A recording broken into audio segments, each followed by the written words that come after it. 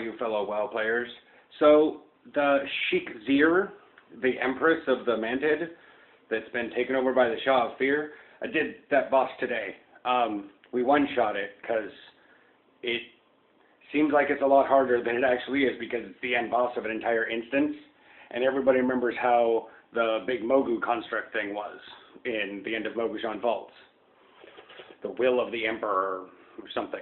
So, with Shek'Zeer, pretty much you kill all the trash in the room, except for the guys on the two far sides, because those guys are untargetable.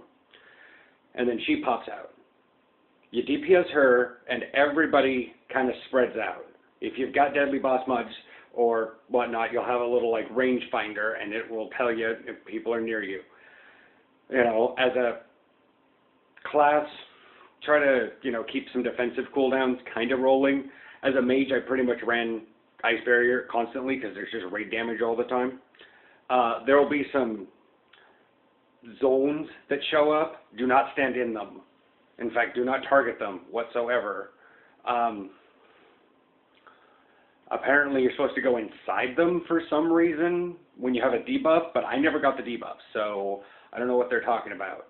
And at what looked to be 70%, she kind of retreated into her little pod. It's kind of gross.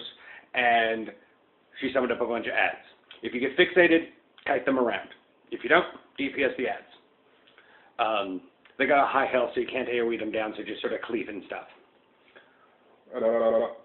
And then she comes back out, and it's pretty much rinse and repeat is what it looks like. Phase 3 is the same thing, except I think maybe she hits harder and whatnot. But each time when she comes back out, the Shah of Fear comes up and says a little speech, and she's like, I will do so. Anyways, if you want to have your sound on for it, he actually has a cool little voice. And once the intermission, I guess is what they're being called now, I would call it Phase 4, the ads come back out again. Rinse and repeat.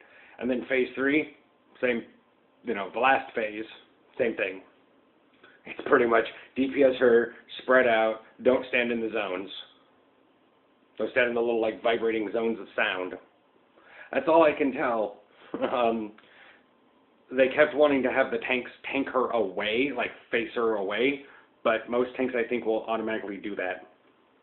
Just tank her away, because that means that there's more